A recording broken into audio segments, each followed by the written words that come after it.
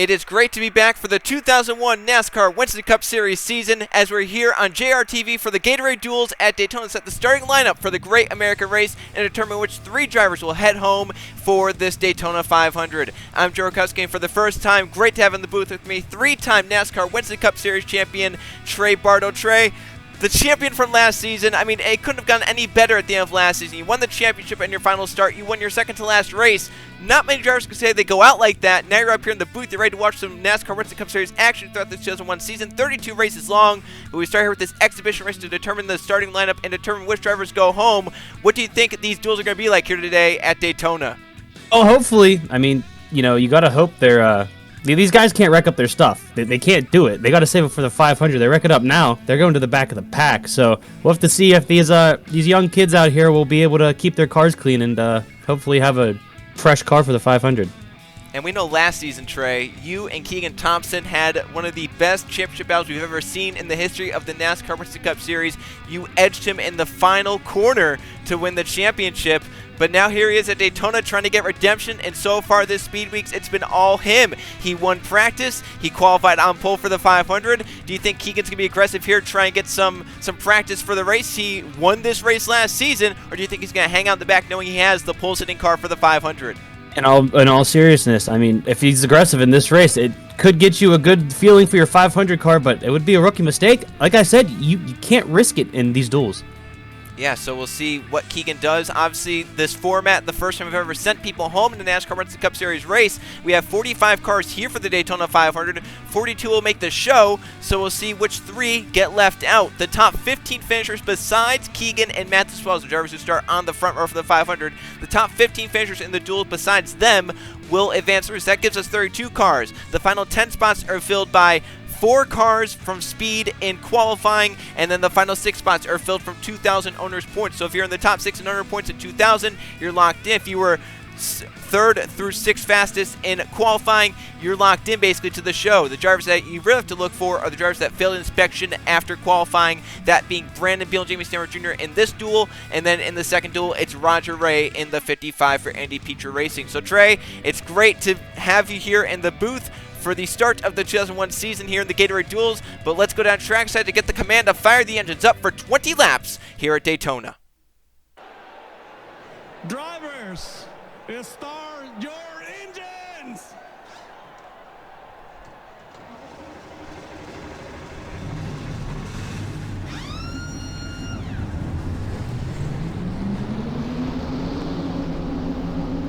And there roll off the 23 cars to do battle here at Daytona to try and lock their way into the Great American Race here in the 2001 season. But before we get going, let's talk about some of the big names in this duel. We haven't talked about Keegan already, but Trey, you know this man in 6th place starting, Conrad Evans. You were his teammate last season. You kind of mentored him. He's now kind of the head of Richard Childress Racing. What do you expect to see out of him this season?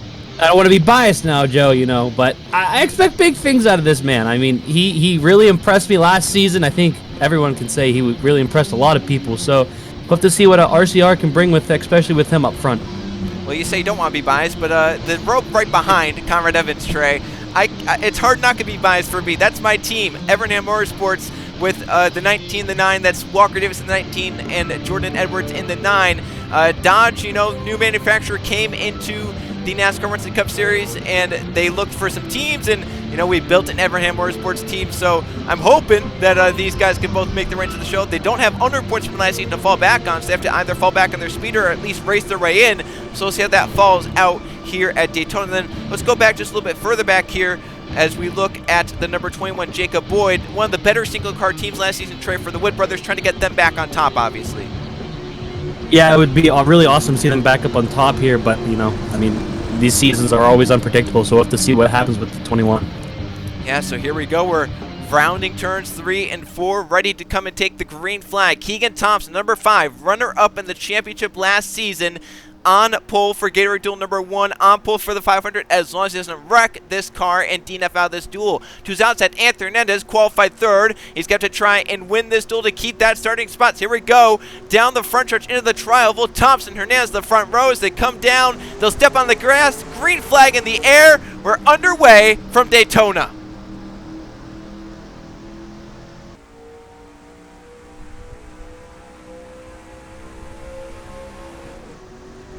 Yo, looks like your drivers really want to make it in there. They're already making it 3 wide. We're not even in turn 1 yet.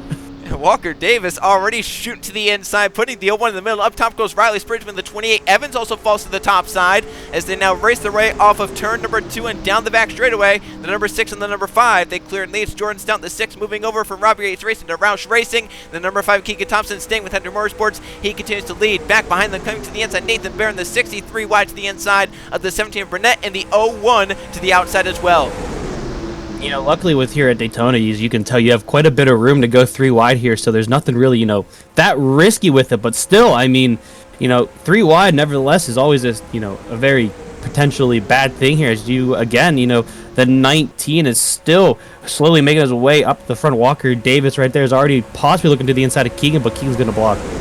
Here to the inside now, Mitch Corbett in the 66, number 60, Nathan Bear coming to the inside, number 12, Mitchell Collins. He won at Daytona last season in the night race, so he has that super speedway experience and skill to get it done. Collins now trying to push Nathan Bear to the inside for a second as Keegan Thompson, he won 2 of these races last season, right now controlling at the front of the field. And Gary Duell, number 1, now Collins 3 wide for second place. Behind him, Noah Clifton, the number 45, number 44, 2 petty cars. And think about all the petty enterprises cars, they're all not safe to make it into the show. So 45, 44, they're working together. They're in this duel together. They're trying to make it to the front together and make it into the top 15 finishers. Yeah, I mean, your best friends are your teammates. Your other friends are, the guys in front of you and behind you here. I mean, you can't really have a set partner throughout these types of races here at Super Speedway. So for Keegan Thompson, I mean, Joe, he's got no one in this race. No, not a single one of his teammates are in this race with him. So he's kind of a lone dog out there. He's got to hope that hopefully someone from last season sees him and goes, I know that 5's got a fast car. You got to know Noah Clifton, PPI Motorsports. They obtained Bill Elliott Racing over the offseason, got Brandon Bill over there. They're now a 2-car organization. Clifton just trying to get into the show because he was not great in owner's points last season, so he's trying to make it in through the speed here in the duel. But right now, running in second place, you have Jordan Stout coming back up to they're wrecking behind! The 40, the 19, and the 11 involved, the 17 as well, Trey. That's exactly what he said you can't do in this, and I mean, that's really big because there were some names in there like the 11 and the 19. They don't really have points to fall back on. Joe, I hope you have a pretty big wallet there because that 19's not looking the prettiest. That 17's definitely not looking. That thing's all crumbled up. And Matthew Burnett has a ton of damage, and that might be it for the number. Yeah, he's done, and I mean, oh my gosh, that was unexpected. It didn't look like there was anything really wrong to cause that. Exceed number 40 right there, Colin Teague all torn up, and it looked like the 21, the 71, they had to get low and miss it. The 12, Mitchell Collins, also has damage, so an accident early on in Gatorade Duel number 1, and it could take out some drivers that tried to make it into the Daytona 500 here in the duel. Caution flag out in Gatorade Duel number 1. Let's go take a look at what happened in these replays. So here it is, Trey, the setup for the first accident. It looks like the 17 of Burnett was behind the 19 of Walker Davis and tries to make a move to the inside to get in front of the 71 of Stanford Jr. Right here comes the 4-wide scenario, and you know a lot about 4-wide at Daytona. We're not going to talk about it. But, I mean, the 71 is just not really giving the 11 any room here, and it doesn't look like the 11 touched the apron, but still, I mean, you got to give the driver a little bit of room, and then the 12, the 19, the 40, the 17 were all just innocent victims right there. The 21 got a little bit of damage, but I don't think it's nothing that's going to really hurt it. But yeah, that was just a very unnecessary, set of circumstances right there. Yeah, this early on in the race, we'll go take a look at another replay, this time in full speed. Here's another angle of it. That 4-wide coming off turn number 4, and as you mentioned, that 71 kind of not giving much room, and that's a hard hit for Williamson to the outside wall. We obviously saw Burnett take it to the garage. Davis and Teague have a lot of damage, so we'll see how it plays out here in Daytona, but some names, some big teams, some big names might miss the show for the Daytona 500. Keegan Thompson, he's not missing the show. He's out front control. Gatorade Duel number 1 for pole position. That number 5 leads the duel. Coming back green this time, Trey, in the first Gatorade Duel, and we have some retirees already from this race as we see Matthew Burnett, Walker, Davis, Logan Williams, and Colin Teague are out of this duel, which leaves us 19 cars. And Trey, big for the 11 to 19 who didn't have the owner's points from last season to try and make it in based on points. Yeah, I mean, we'll have to see if they can fall back on, speed or something else here to make it to the 500. But again, just very, in my opinion, again, a very unnecessary situation. It's the duels. You can't really be risking it, but it's also what is the product of, these super speedway races. So, Trey, you have to think now there's 19 cars left. 16 make it in by racing in through the duel. So that means 3 of these guys are not going to be in through the duels that are left on the track. So Keegan Thompson, as we know, is locked in because of his starting spot in the Daytona 500. 15 others will join him by racing in. There's 19 cars left, so we're down to only 3 of these drivers out on the track are going to miss it. So this could be craziness towards the end. Thompson with the lead still. Clifton now up to 2nd. Stout in 3rd. Jordan Edwards 4th. And Brandon Beal up to 5th. And that 96, remember, failed inspection, so he's trying to come back through the field. Green flag back in the air. Gatorade duel number 1 at Daytona.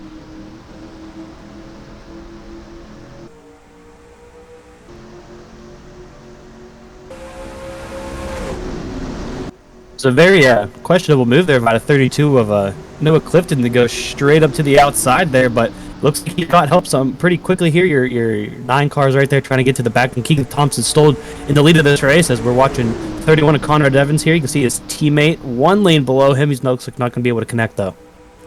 You see now as they fan out down the backstretch, 9 trying to go to the middle right there. Brandon Beal coming up a little bit. He's right now in a PPI Motorsports sandwich. 96-32 are both teammates, 9 in the middle of them. And here comes that number 23, Laura Chung to the inside. Heads up from the 30 of Kukulon. The 44 comes to Matt Oskin as well on the inside. But as you mentioned, Keegan Thompson still charged out in front at Daytona. Makes you wonder if anyone else is maybe not even trying to pass really, just trying to play it safe. I mean, Joe, we already saw a wreck. We could always have another one, but I think these guys are going to tame it down a little bit just in case. Oh, never mind. As soon as I say no one's going for the lead, the 96 is right there. Yeah, Brandon Beal, who failed inspection after qualifying, they had to make some changes to get that through inspection. Well, here he is now. He's leading the duel to his inside. Now here comes Kukulon, the 30. So now they shuffle the best car out, Trey. They shuffle the fast car out. Now look at them. They're going 3 wide for the lead. Here comes Oskin to the inside. It's getting dicey here at Daytona. I figured these guys would be a little bit worried about messing up their stuff, but apparently they're not worried at all, Joe. I mean, 3 wide for the lead in a duel race? That's something. Yeah, I mean, we just saw Keegan Thompson. He's safe, right? He doesn't have to do anything. He went from the top to the middle to try and get in line. I mean, that's some dicey moves. Look at this, still 3 wide. Oskin to the outside, Corvette in the middle. They're 3 by 3 in the pack at Daytona. This is something. I mean, we're only just about halfway through the race. Yeah, we still have 11 more laps of this, Trey, and you have to hope that they can make it all 11 laps, or else we might see some more retirees from this race. Baird and Evans, they lead the race. Now, Nathan Baird, that team merged with Morgan McClure Motorsports. It was the 4, the 60, the 71, and a deal to make a 3-car team trying to contend with the powerhouses. Well, now he leads his duel. Evans in 2nd, Clifton in 3rd, Lynn up to 4th and 5th place now for the number 45 of Ryan Wilson. Yeah, I mean, if you noticed, as soon as we lost Keegan out of the lead, we've had, already 3 or 4 different leaders. It just kind of shows you, how these bigger teams, Hendrick, RCR, and guys like them have the speed and the power to be able to hold the lead. As you see, Conrad Evans dove to the bottom going into 1, but, for these lower teams, they can get out front. It's just, they have a little bit more trouble holding out in that lead and, having to block or figure out which lane is going to be the one to pass them next.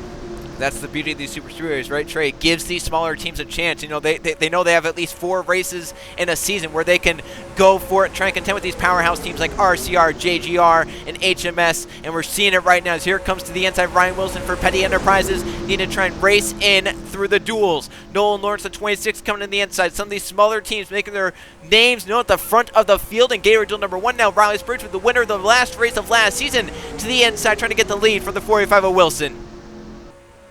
Oh, the 45 dove up top really quickly there. He thought maybe there was a run on the top, but it's not going to get it. It's Conrad Evans to get to the middle line there. But, yeah, I mean, again, the bottom's where you want to be. It's where the shortest way around the track. I mean, sometimes you can make the top work, but you need at least double the drivers on the outside as you do on the inside for that to happen.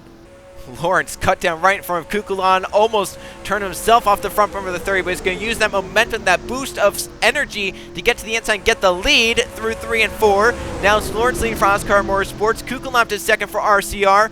Brandon up to 3rd, and here comes Jordan Edwards in the 9 up to 4th. The 44 also coming on the inside as Beal now looks for 2nd on that number 30. Would also like to mention that Jamie Sterling Jr. the 71 did lose the draft from the damage he incurred in that last crash.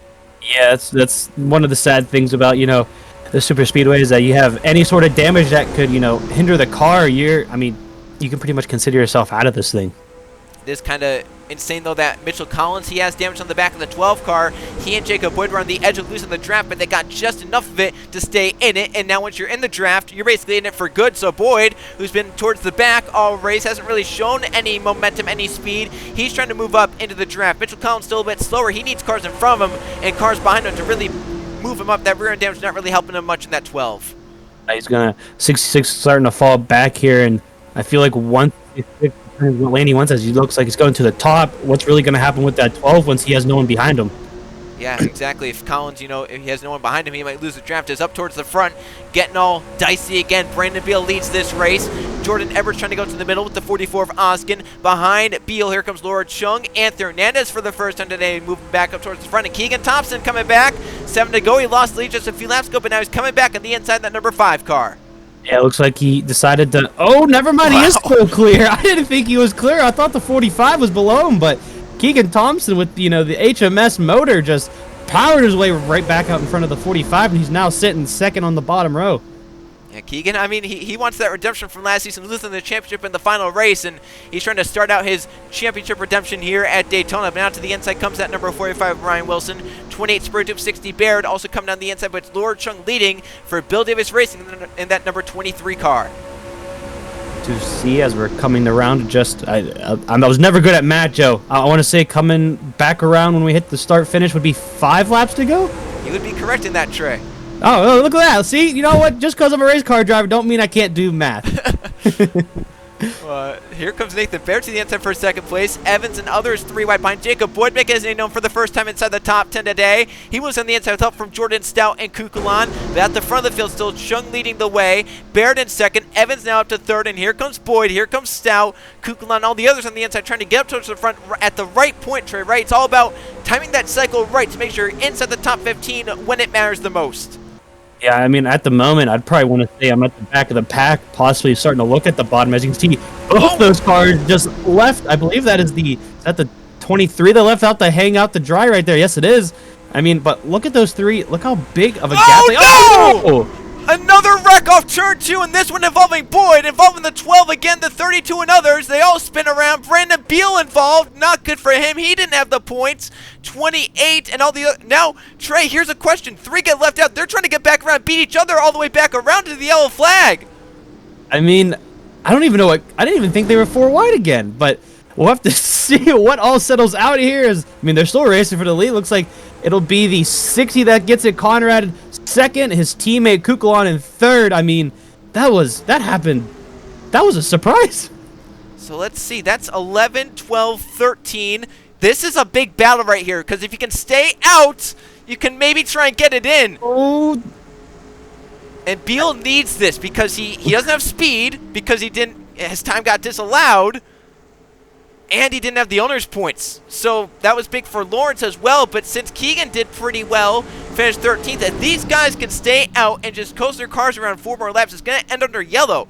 If they can coast it around 4 more laps and not come down pit road, if he finishes inside the top 16, you have it. So Boyd could be left out. Collins has points to fall back on, so he should be fine. And obviously, Stammer Jr. might be left out as well. But Trey, that was kind of chaos racing back around to the caution flag. Yeah, I'm a little worried, Joe, about this 96 right here. I mean, that's some pretty heavy front-end damage. You don't want to, you don't want the intercooler or anything in that motor to be hindering it to where it's going to possibly blow up, especially if they may have to make it around a couple more laps.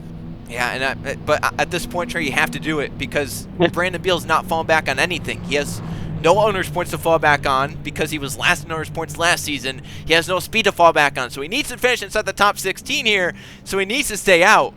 Oh. But I don't know if it's going to happen. Yeah, like I said, I think that's just too much damage on the front. It could possibly be leaking something. We don't know that. Again, the coolant, the oil, anything could be going thin. It looks like he's going to come in. And that's also unfortunate for Jacob Boyd, because he would have been the next spot, but then he has to also come in. So that spot's going to go now to Collins in the 12.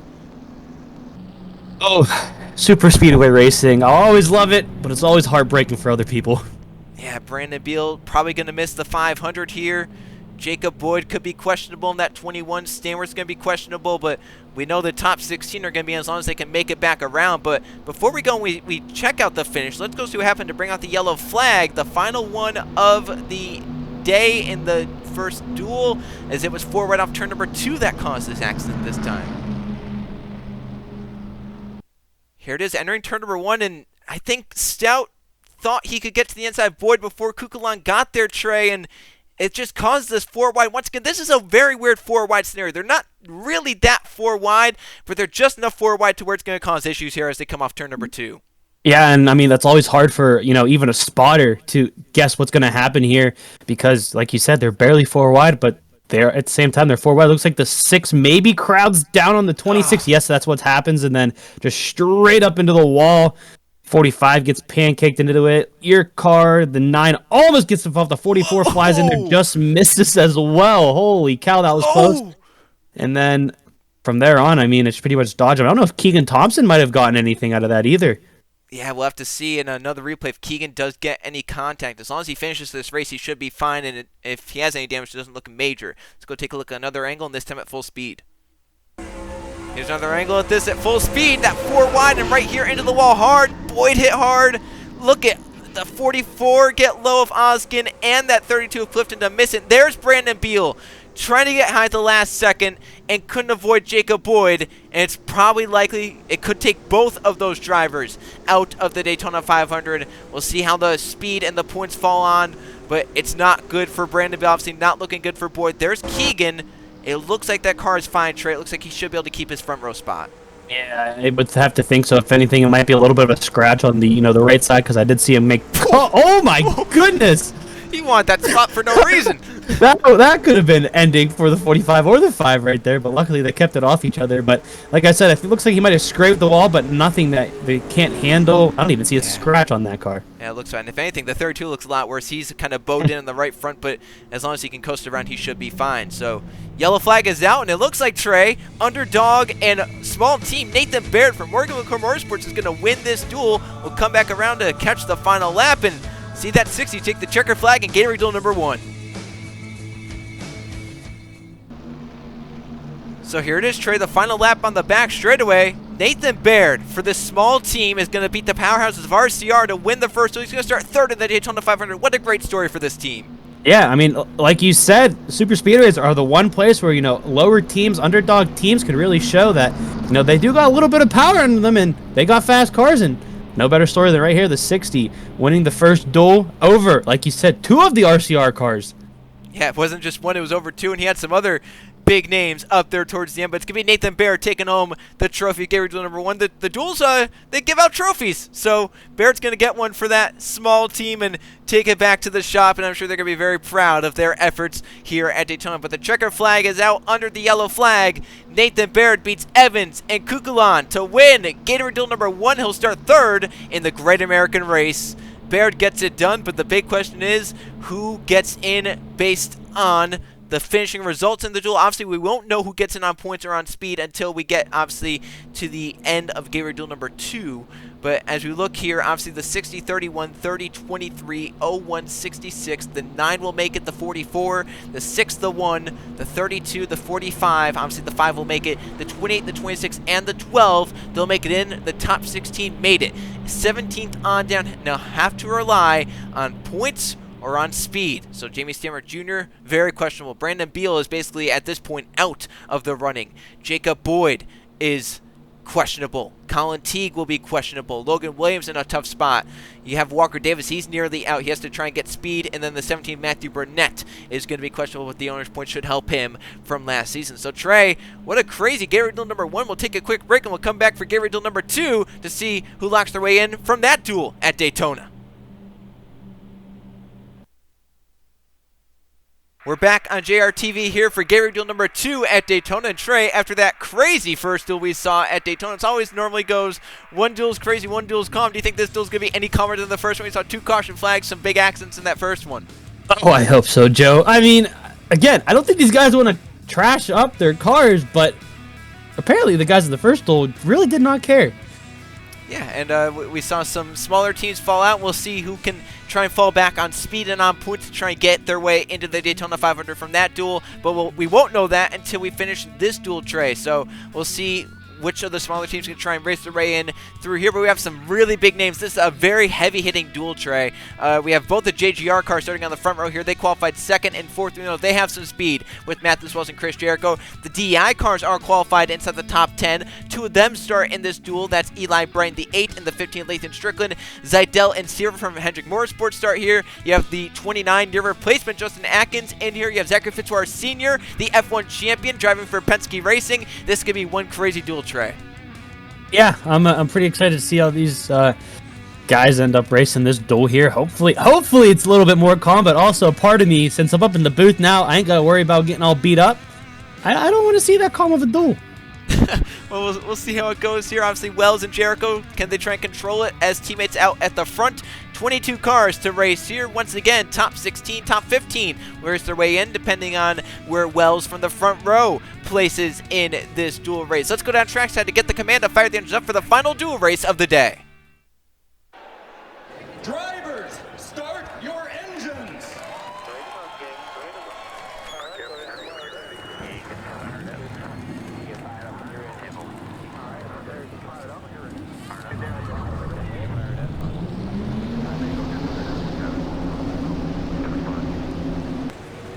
Engines are fired up, Trey, ready to get going here in Gatorade Duel number 2 at Daytona. But we have some big names to talk about in this one. We'll talk about a few of them for just a brief moment. Chris Jericho on that 18 had a really good season as his rookie season, that number 18 in Trey. I know you have some memories with the 18 with Trey Rainey driving it. What was it like seeing that 18 with another great driver, Chris Jericho, behind the wheel?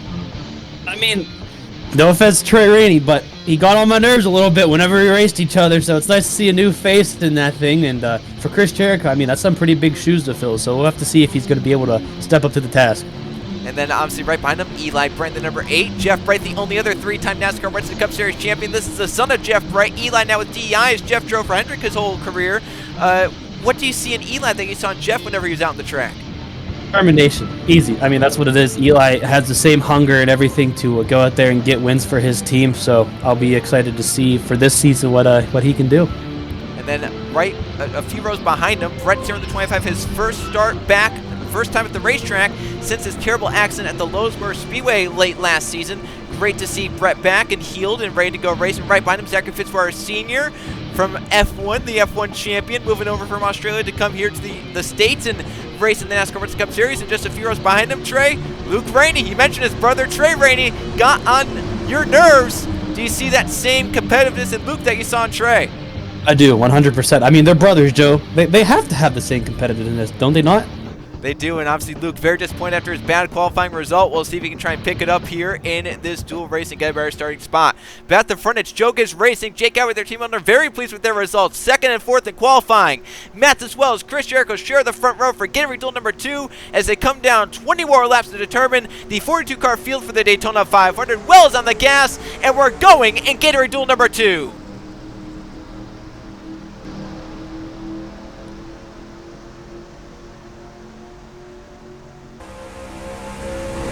See, already, I mean, teammates already trying to work with each other. I think the 20 was trying to give the 18 a little bit of a help up there, but it didn't really work out that well, so the 20 is going to go back out front as they're already getting spread out, Joe. They're 3 by 3 by 3 in the back.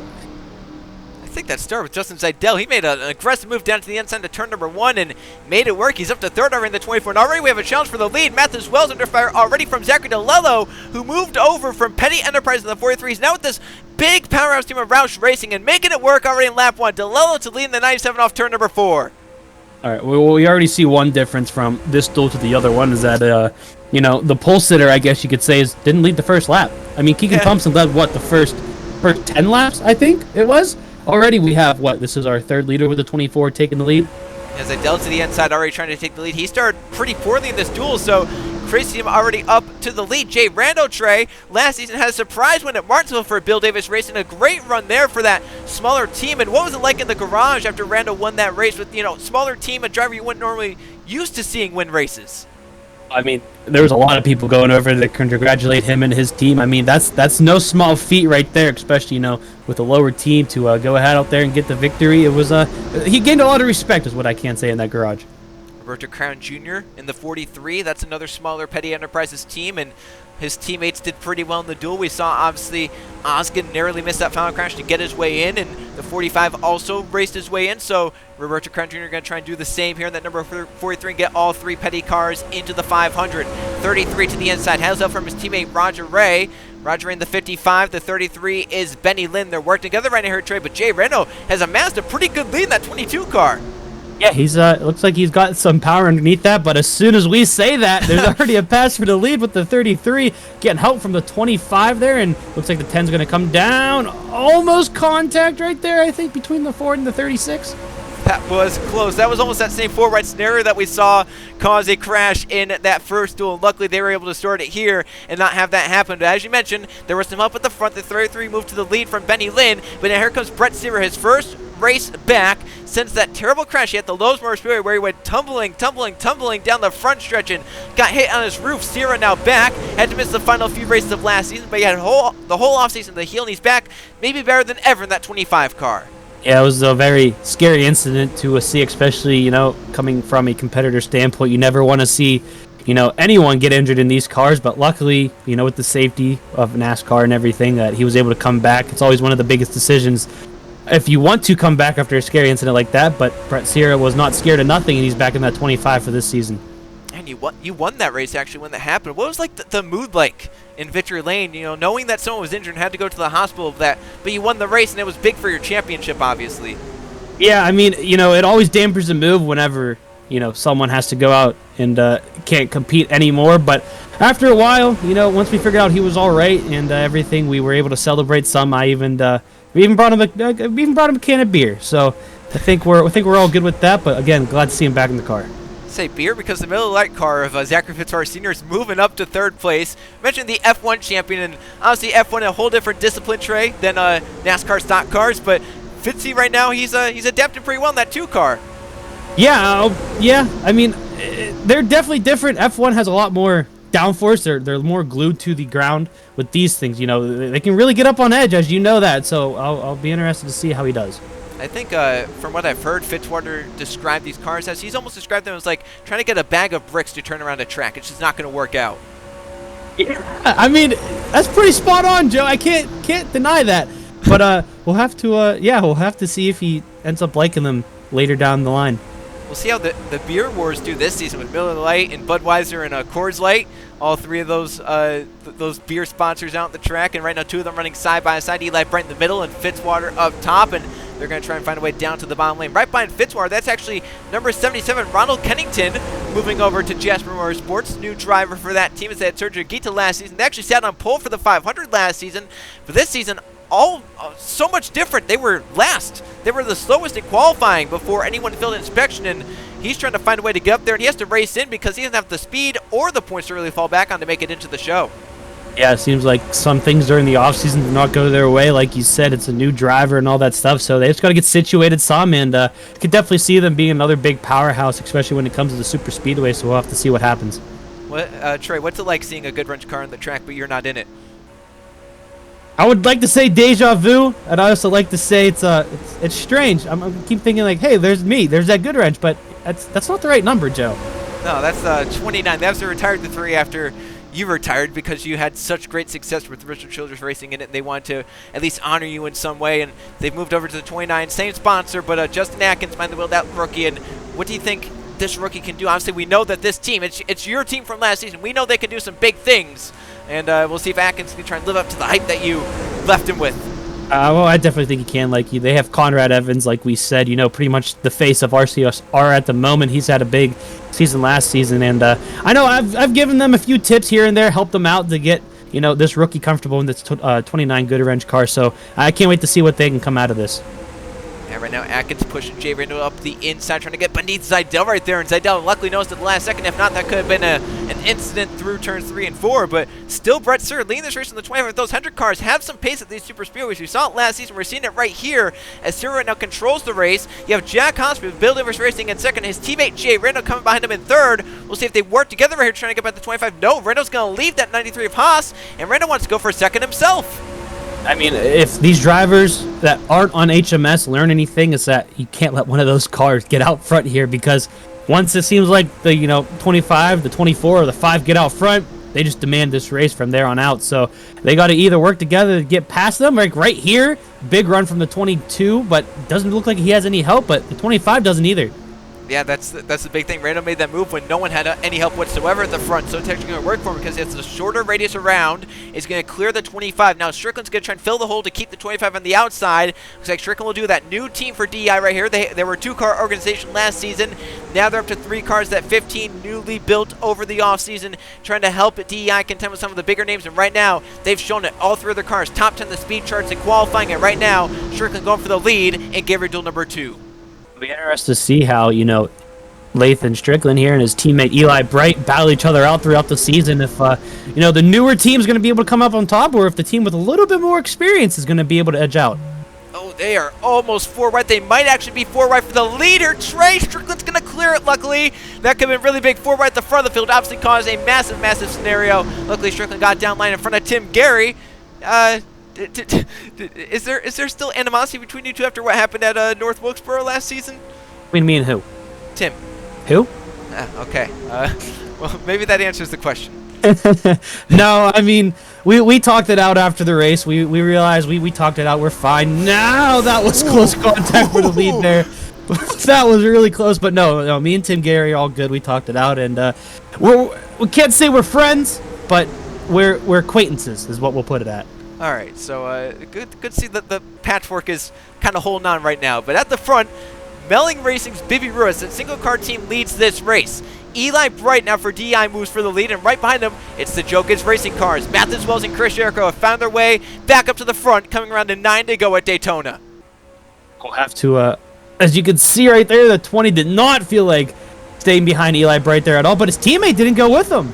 I don't think he could. I think Keyshawn Richardson got to the inside so fast that it kept the 18 from making the move to the inside. Now Mathis Wells, who's starting on the front row for this race in second place, will lead into turns 1 and 2. Keyshawn Richardson up to second, Roberto Crown Jr. to third, Evan Hunter first, when we called his name today, up to fourth, and Luke Rennie up for fifth on that 88 car. We'll have to, these guys I think they got the feeling that they're getting pretty close here to the end. It looks like they're starting to get really racy here, but they got to be careful. Again, we haven't seen any 4 wide at the moment in this race, but there's still plenty of laps to go, so it could very well happen. Yeah, still 8 laps to go, but the unfortunate part, Trey, is that we've had 2 drivers lose the draft. The 77 of Ronald Kennington and the 7 of Jose Mills. The big news in that is that they are both single-car teams, smaller teams that don't have the points from last season. So it looks like, unless something changes here, unless there's a crash in this main pack, those 2 drivers are going to miss the Daytona 500. They're really hoping for a wreck. I mean, normally drivers don't want a wreck, but for those 2, they're saying, someone please make a mistake. And that's big because, honestly, as was mentioned, Ronald Kennington, that team last season, got pulled for the 500, and it could be very unfortunate if they ended up missing this season in that 77. They're getting crazy here, but meanwhile, Mathis Mills is pulled away by, what is that, 3-4 car lengths? Yeah, I mean, that could either work out in his favor, or that could be the end of his up front here, because it depends on what these guys do. They're catching up pretty quick, though. That 29 is blocking all 3 rows. Yeah, he's trying to make sure no one can pass him so he can get to the inside. Wells right there. Big run to turn 1. Wells might try and protect, but Atkins got to the inside, the 29 for the lead at Daytona.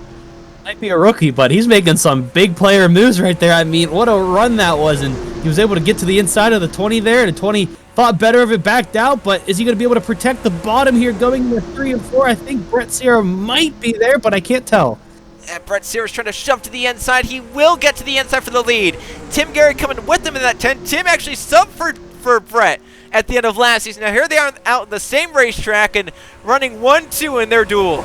Yeah, you would have to think that those 2 have a little bit of trust for each other there, especially since, HMS trusted Tim Gary so much to sub in for Brett when Brett was out with that injury like we mentioned. So you'd have to think they might work together, and it seems like they are following each other at the moment. Jack Haas coming to the inside, but Baby Ruiz comes even lower in that 92 car. Ruiz for second place. Help from Luke Rainey and help from Benny Lynn.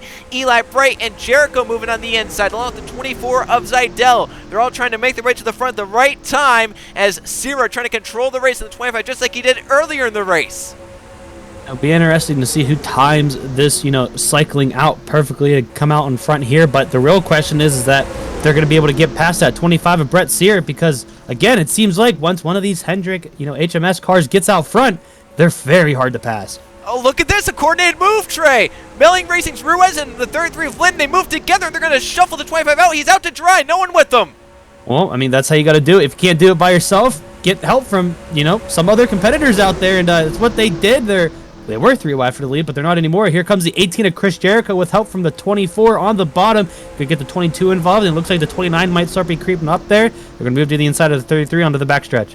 And the 24 definitely is not trying to help the 18 there. Jericho put a nasty block on Zedel entering turn number 1 to make sure the 24 couldn't get to the inside. Now Jericho goes for the lead in that 33 car. Has it for Zedel. It's mostly double file in this pack right now. We're coming back to 4 to go, Trey. It's been a clean race so far, but as we get down to the end of this race, these drivers want to win it for sure. We saw those single car, or the smaller teams, Nathan Baird won it last time. Can another smaller team try and get it done? They're obviously looking to do it.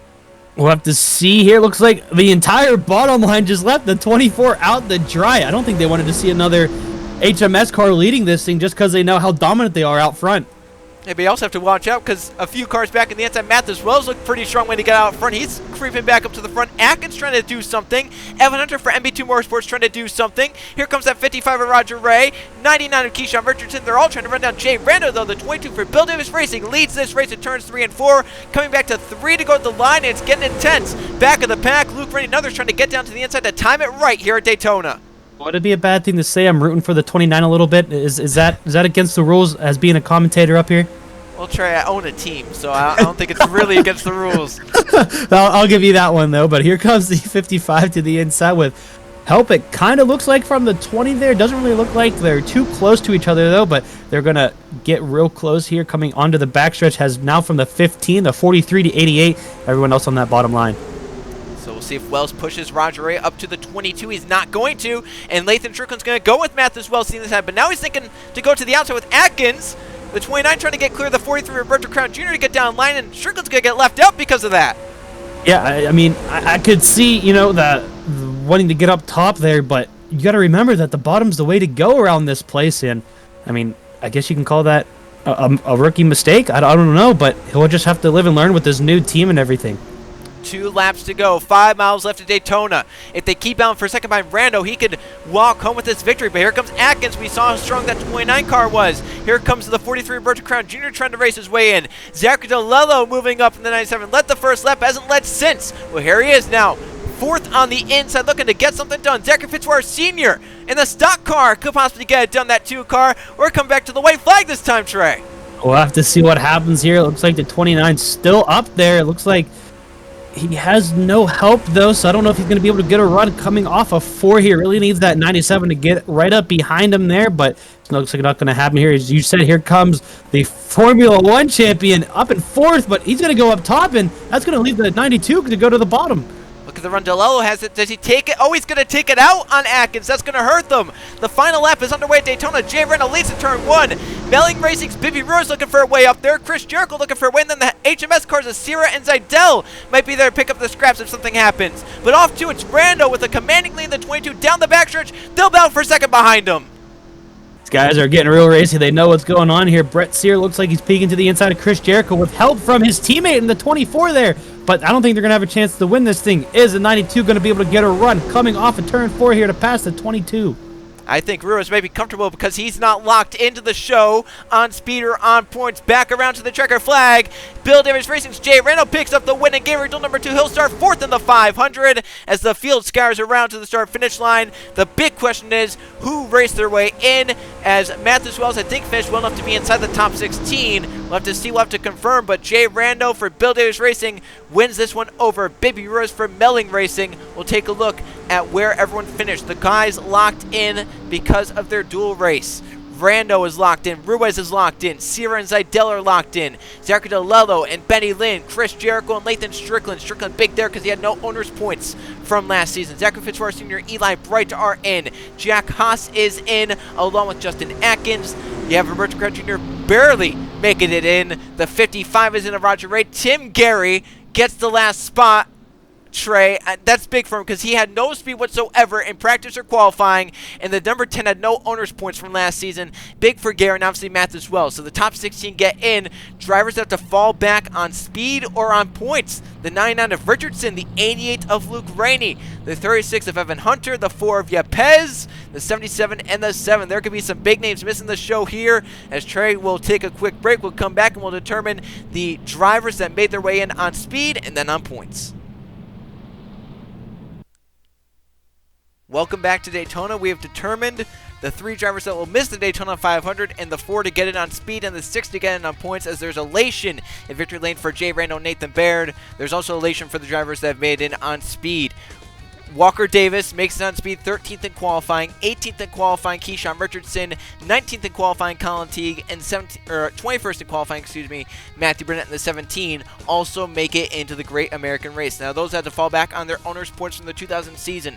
Luke Rennie, the 88, the 21 of Jacob Boyd, the 71 of Jamie Stamworth Jr., the 77 of Ronald Kennington, the 11 of Logan Williams, and the 7 of Jose Mills all make it in based on owners' points from last season. The 3 to miss out, Trey, unfortunately, Diego Yepes in the 4, the 36 of Evan Hunter, and the 96 of Brandon Beal, which is a shame for all those teams, Trey, as all of them had some upsizing over the offseason. The 4 obviously moved from a 1 to a 3-car team, the 36 from a 1 to a 2-car team, and the 96 from a 1 to a 2-car team as well. So Trey, what are your thoughts on that? Those drivers that missed it and those that barely made it on points and speed.